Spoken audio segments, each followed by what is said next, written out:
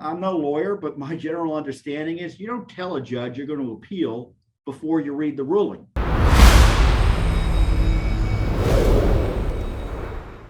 First up, though, is the big news out of Florida. The federal court judge down there, Judge Cannon, has appointed a special master officially, Judge Deary out of New York, to examine the documents taken by Joe Biden's Department of Justice and FBI in its unprecedented abusive raid of President Trump's home. Now, to take a step back, Judicial Watch has been sensitive about this issue because, believe it or not, we took the position this Justice Department currently is taken when it came to President Clinton's records. He had records in his sock drawer, specifically tapes of conversations that someone had recorded of him conducting his presidency, including talking to foreign leaders, which is presumptively classified. And we thought, well, doesn't the Presidential Records Act apply to that? Well, we went to court and the court told us no. The Justice Department told us specifically, look, if the president has records after he leaves the White House, presumably they're personal. And that was the position of the Justice Department. The court affirmed that position. And they said, more generally, the National Archives has no business second guessing the president's decision-making in that regard. But along comes Trump and they change their mind, they change their position, they ignore the law, they ignore the Constitution, they ignore the precedent, and they ignore what the Justice Department had specifically told another judge, that records in the custody of a president after he leaves office presumably are personal because they weren't turned over to archives. Yet they went in and took those documents, pretending that they were government records, pretending they were classified, because if they're personal, it means they're unclassified. And President Trump objected on a number of reasons. He wasn't as direct as Judicial Watch was in suggesting all these records are personal, they had no right to go in there, but he's raised these issues both directly and indirectly in a way that's caused concern from the court. And the court has repeatedly brushed back the Biden administration's assertion that there should be no special master, which is an independent authority appointed by the judge, to examine these records as to whether they should have been taken by the FBI, meaning that they were covered by attorney-client privilege or otherwise personal, or maybe aren't even classified, as we're suggesting. And the Justice Department under Biden was horrified, and they were bullying the judge.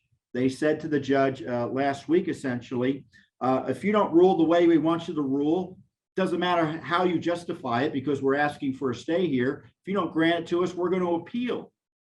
Now, I don't know, I'm no lawyer, but my general understanding is you don't tell a judge you're going to appeal before you read the ruling. And the judge's ruling was issued last night.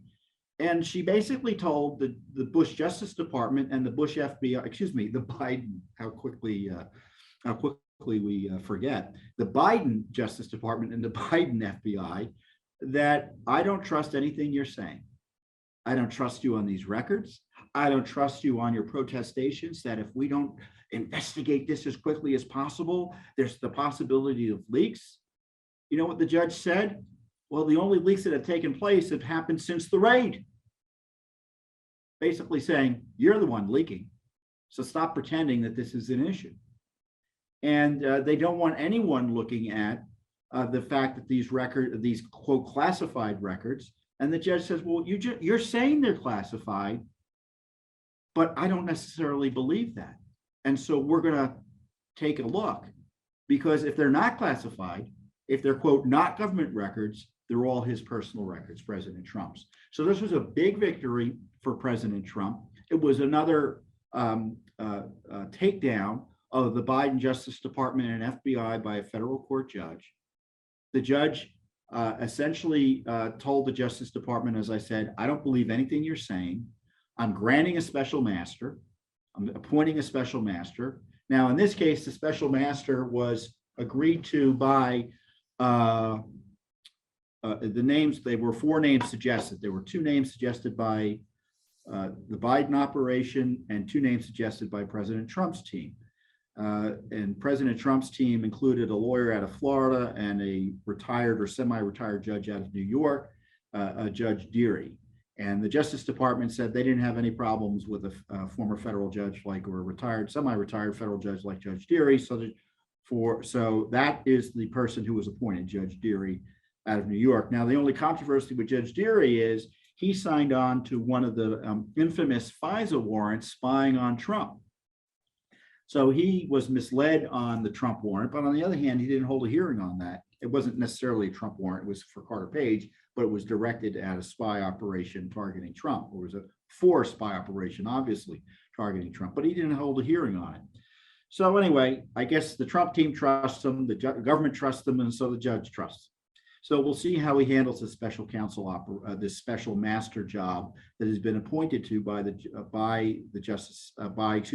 Judge Cannon. Now, the other question is, and I don't think it's been answered yet, as best I can tell, is the Justice Department really going to appeal Judge Cannon's ruling? And are they going to go to what is the 11th Circuit Court of Appeals? And I don't know how that will run in terms of being for or against the Justice Department, but to me, they've kind of taken this arrogant point of view that they can't be second guessed by the judiciary. And the Justice Department should be deferred to by the judges, and the Justice Department should run the judiciary, especially with regard to this unprecedented act of abuse by the Biden operation. Now, taking a further step back, we have to recognize this is all part of a crisis as it relates to the rule of law caused by outrageous abuse by the Justice Department under Biden and the FBI under Biden. And as I've been talking about, you had President Biden's red speech where he essentially said that anyone who disagrees with him and or supports President Trump as an outlaw, basically putting a target on the backs of tens of millions of Americans. So concurrent with that, you have his operation raiding the home of the former president and putative candidate against him in his reelection effort. And then subsequent to that, you had dozens of subpoenas issued by the Biden Justice Department and the FBI out of a grand jury in DC, targeting people who dared to dispute the 2020 election. Now, their new theory is that if you were thinking about pursuing alternative electors because you had concerns about the electors appointed under the process in the 2020 elections, or the results of the 2020 elections has, officially put out there, that you were a criminal. That's their theory. It was a crime. So it's a vicious attack on the First Amendment. Your right to petition your government, your right to pursue redress under the law, under the Constitution, federal and state law. So I've talked about the Biden administration hurtling towards despotism. That's what we see here. And so it's up to, in some ways, obviously, there are many checks and balances when you have abuses of power like that in our Republican system, and hopefully they work here. And in this case, you have a judge saying, hold on a second here. We've had this unprecedented raid on the president's home, and this isn't going to be just another day at the office for the Justice Department. No, there's going to be accountability and transparency, and it's accountability and transparency the Justice Department and the FBI aren't used to. So essentially here's what the Justice Department said is, you have to trust us, Your Honor, on all these records, even though there's evidence we took material we didn't have a right to have, including hundreds of pages of classified material, medical records of the president, accounting records of the president that weren't responsive even to their outrageously broad subpoena. And this is what the judge wrote. In many respects, the government's position thus presupposes the content, designation, and associated interest in materials under its control. Yet, as the parties' competing filings reveal, there are disputes as to the proper designation of the seized materials, the legal implications flowing from those designations, and the intersecting bodies of law permeating those designations. So what the court is saying is, just because the Justice Department has alleged all of these horrible things about President Trump, The rule of law is I don't have to accept all of that as true. If there's credible information, obviously they're going to take a look at it. But there's been this repeated failure of the Justice Department to reassure the court that they're on the up and up.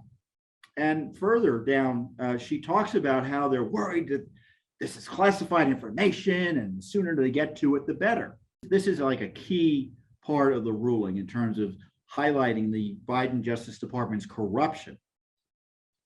Mindful of the traditional reluctance to intrude upon the authority of the executive in military and national security affairs, so she's referencing the Justice Department's allegations that this material is classified, the court nonetheless cannot abdicate its control over questions of privilege and does not find the government's arguments sufficiently convincing as presented.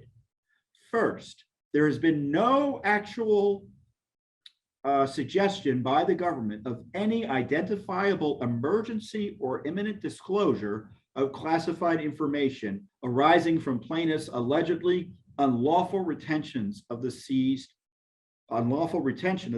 property.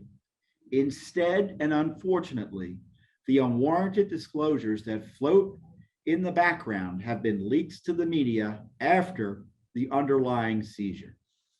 Boy, that's a judge saying, I think you leaked this stuff. Stop pretending that you have a concern about keeping all of that material sacrosanct. And so as a result, there's going to be a special master. He's going to go through and look at all this. And there's going to be a fight about whether the records are personal or governmental. And, I've talked about that before. I would take the position, strongly take the position that, look, according to the Presidential Records Act, which gives discretion to the president to choose what is personal and presidential, and according to the interpretation of that law by the court's authority at the Supreme Court level, at the appellate court level in the district, and in a key case, the Clinton software case that Judicial Watch was on the wrong end of, the president, there's no good faith basis to challenge the president's taking of records from the White House. The presumption is that they're personal. So that's what I would be saying to the special counsel. Now they may have, more ifs, ands, and buts when it comes to the special counsel's, the special master's analysis here, but that's the way I think it should go. But I don't know how it will go because I'm sure the arguments will be more complex, and the president's lawyers will want a little bit more nuance, as they might say. And of course, what the Justice Department is going to be doing. But the important thing is that this will mean the case won't be resolved one way or another unless there's appellate intervention until the end, I think, of November. So the Justice Department was desperate to get this material out and to use it before the election, it looks like, because they wanted all this done by, the first 2 weeks of October or something, just in time for the November elections. Further proof that this was a political operation. So you have the leaks designed to make Trump look bad, designed to intimidate the court, proof that it's a political operation, the desire to get, quote, this information that's been supposedly sitting in the president's home for a year and a half, that became an emergency all of a sudden, and they needed to get it done just before the election, further proof it's a political operation. The attacks on the judge, further proof it's a political operation. This is not about the rule of law. This is a political raid by an out-of-control Justice Department and the FBI. And if you want proof of that, read the judge's ruling. You don't have to be a lawyer. All you have to be is someone with enough sense to see that there's a federal court judge who's fed up with this Justice Department, fed up with this FBI, and she's not going to be bullied by them into blessing something that on its face is suspicious. So this is how the court concludes. It's important, I think, that you hear this. Lastly, the court agrees with the government that the public is best served by even-handed adherence to established principles of civil and criminal procedure, regardless of the personal identity of the parties involved.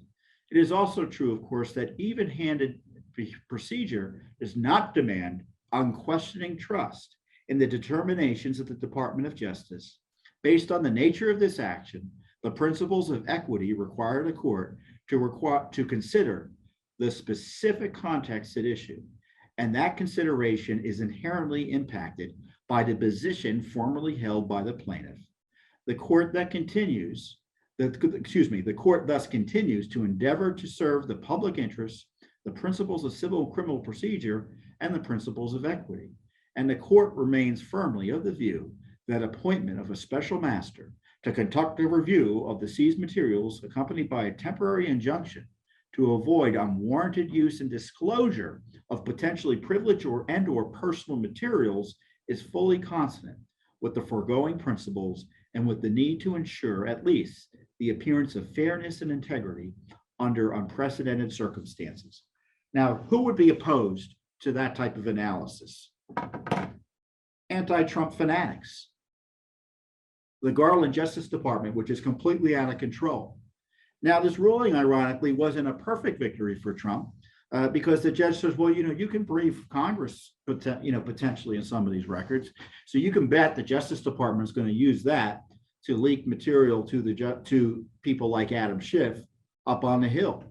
So I suspect that's going to be the next scheme pursued to misuse these documents. Again, further confirming that it was political. Let's go raid someone's home, give it to Congress. We're not allowed to talk about it, but once we give it to Congress, all bets are off. It's going to get out there.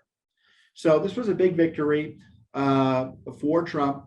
So what else is going to happen? Now there has to be a decision as to whether there's going to be, by the Justice Department, whether there's going to be appeals.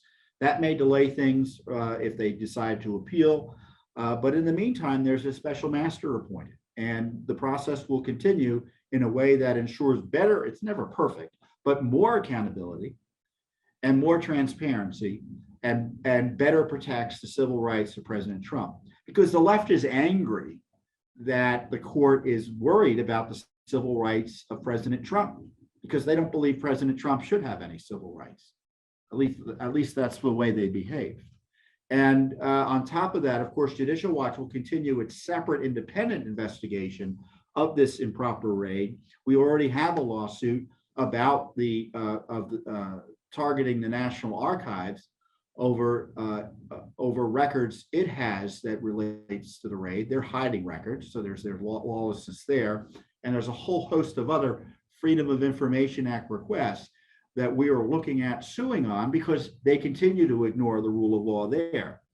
So while at the same time as telling the courts and the American people that there's this core concern that they were trying to vindicate to make sure that records about what the government was up to, specifically as it relates to the President Trump's White House, that those be preserved so they can be shared with the American people, they are specifically ignoring the law requiring them to share documents about this scheme with the American people.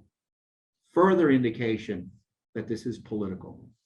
And it's up to, frankly, Judicial Watch to step in and do the heavy lifting to figure out or to get more of the truth about what's going on. Thanks for watching. Don't forget to hit that subscribe button and like our video down below.